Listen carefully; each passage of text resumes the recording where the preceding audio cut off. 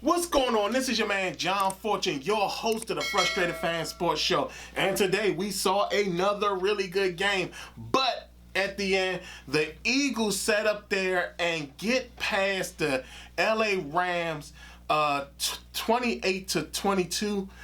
In a game that came down to the end. I mean, the Eagles came up with some big plays at the end. A sack by Jalen Carter, which put them back. And it was a sack, and I think it was 2 sacks that actually put them back. So, again, very close game. Saquon Barkley, I mean, man, this dude is just doing it this year. Saquon Barkley, again, a guy that should have been in the MVP race because he's had a fantastic, absolutely fabulous season. 205 yards rushing in the game. 2 touchdowns. Jalen Hurts runs for a touchdown, and the Philly defense did enough to not lose the game, especially in the closing minutes. Jalen Carter came up with a big sack that was very key. And this could have been a game that could have been easily lost.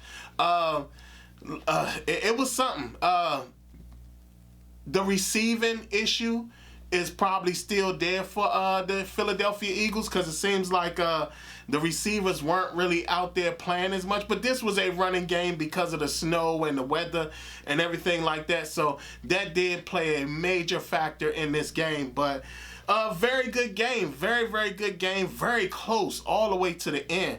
I thought Matthew Stafford was going to mess around and end up finding a way to beat the Eagles at the end, but the Eagles pulled it out. Like I said, their defense came up big. Jalen Carter got the sack that was needed. And after that, Matthew Stafford had to go for it on 4th down, 4th and 11, and it was an incomplete pass. So at that point, it just is what it is. The Philadelphia Eagles and the Washington Commanders, the game that everybody wanted to see, are in the NFC Championship to face each other.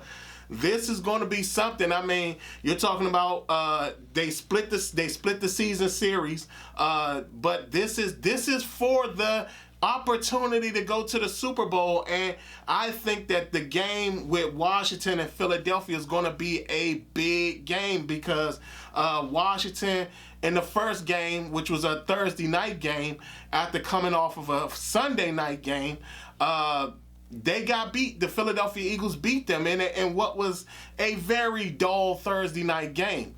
But then when it came towards the ending of the season, the Washington Commanders sat up there and beat the Philadelphia Eagles outright when it came down to it. So that is one of those things that we're going to see a very good NFC Championship game. It's going to be an excellent game and a game that is going to basically tick off all the boxes. And to me, I feel that the NFC bracket has shown that it can be a very tough bracket to face. And this upcoming bracket is going to be one for the ages. It's going to be something big. And like I said, it was a game. Let's talk about it. Let me go deeper into it. Jake Elliott hates field goals. He hates them so much that he just likes missing them. I mean, he missed the field goal after the Jalen Hurts long run, and I think he missed the field goal. Yeah, he missed the field goal after the Saquon Barkley long run. So it just seems like when it comes to field goals, Jake Elliott hates field goals, like absolutely hates them.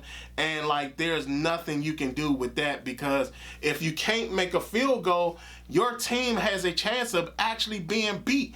And that's what seemed like that's what happened in the previous game with Washington and Philadelphia. Jake Elliott missed some key field goals and Washington was able to beat Philadelphia. So but again that could have cost them in this game because Jake Elliott missed 2 very key field goals that would have moved this game out a little bit further, but Well, it was extra points. He actually missed extra points. So that was kind of crazy. So, man, the Rams, man, they had a lot going on. Kyron Williams is a fumbling machine. So, in the offseason, they're going to have to look for a running back that can hold on to the ball, because that right there, you can't have that. I think Kyron Williams has to be averaging at least a fumble a game, especially down that stretch of games. It seemed like he had a fumble in each game down the stretch of the season. So, I mean, you can't have a guy that's fumbling that much. And I think he had 2 or 3 in this game. So, yeah, he's just a fumbling guy. Like, he just doesn't get it done. And, again, you can't be fumbling, especially at key points in the game. Matthew Stafford tried his best, but there were a lot of blown assignments, especially blocking assignments by that offensive line. I mean, you talking about the last few minutes, the last few seconds of the game, or the last minute and so of the game, they had a penalty. That's what it was. The penalty sent them back, and then they ended up having a sack by Jalen Carter, both on the offensive line. So, that was very bad. And then Matthew Stafford threw an errant pass towards Puka Nacua that was out of bounds, and the game was over. The Rams, I mean, their defense was amazing. Like, that front four is a very vicious front four, and Jared Verse, without a shadow of a doubt, is the defensive rookie of the year.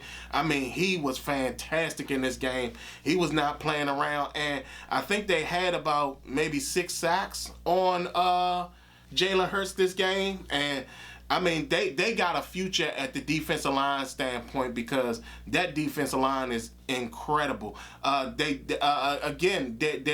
linebackers did pretty well, but yeah, Saquon Barkley he does what he normally does. Saquon Barkley rips off a 60-something yard touchdown, then rips off a 70-something yard touchdown, and it was just game was over at that point. I mean, to see Saquon Barkley 205 yards and 2 touchdowns, that's crazy. I think he only had maybe 27 carries, I think. About 28 carries or something like that. 205 yards and 2 touchdowns. I mean, that was just that was an amazing feat by a guy. I mean, it's just one of those things that you don't understand what you're really seeing until you see it. And to see a guy rip off runs to rip off runs that long, 60-something yards, 70-something yards. How do you stop that? And like I said again, that is something, and I've talked about it before. When it comes to this Philadelphia team, I've said it and I'll keep saying it. I just think Kellen Moore isn't a bright offensive coordinator for some strange reason, especially like even in this game. When you think about this game, right? The fact that they were within the 2 minute time frame, right? You sit up there on first down, you run it to Saquon Barkley. Then on second down, you throw it. Then on second down, you try to throw it, which got Jalen Hurts sacked, and you lost a massive amount of yardage. Then you sit up there and have Saquon Barkley run it again. When you're in that 2 minute zone, you're supposed to sit up when you're under 3 minutes. Put it like that. When you're under 3 minutes, and Saquon Barkley is basically ripping off runs and stuff like that, you keep feeding him the ball until they stop it. And for some reason, Kellen Moore just gets away from what is basically his most dangerous weapon on offense, which is Saquon Barkley, and he gets away from it so early on. So guess what happened? In under 3 minutes, what ends up happening? And the Eagles end up going 3 and out, and then give the Rams an opportunity to come back into the game. And understand, if it wasn't for the penalty, and if it wasn't for the sack, the Rams might have came away with the win and would have upset the Eagles right then and there. And all you had to do was run the ball for the rest of the final time. And I mean, again, they were not stopping Saquon Barkley. And that's why I say, for all those fans, all those Philly fans who sat up there and had something to say to me, and when I was talking about how Kellen Moore is not the brightest offensive coordinator, now you see what I'm talking about. You don't sit up there and go away from a guy, especially like when you see that your wide receiver, your receiving core isn't doing that well in the game, but yet Saquon Barkley is just peeling off runs and everything like that. At some point, you just got to say, let me just keep feeding him the ball, because he clearly could not be stopped. Like I said, I said this once and I'll say it again. I said this on countless occasions. The best running back I've ever seen is Marshall Faulk.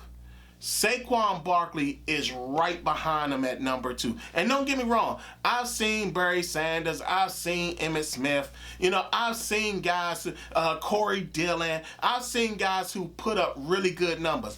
But when you talk about the facets of putting everything together, Saquon is right there. And like I said, if at any point the Philadelphia Eagles has somehow, some way incorporated like a Mike Martz style of offense, they would be the greatest show on turf or the greatest show on grass, because they would be that dangerous.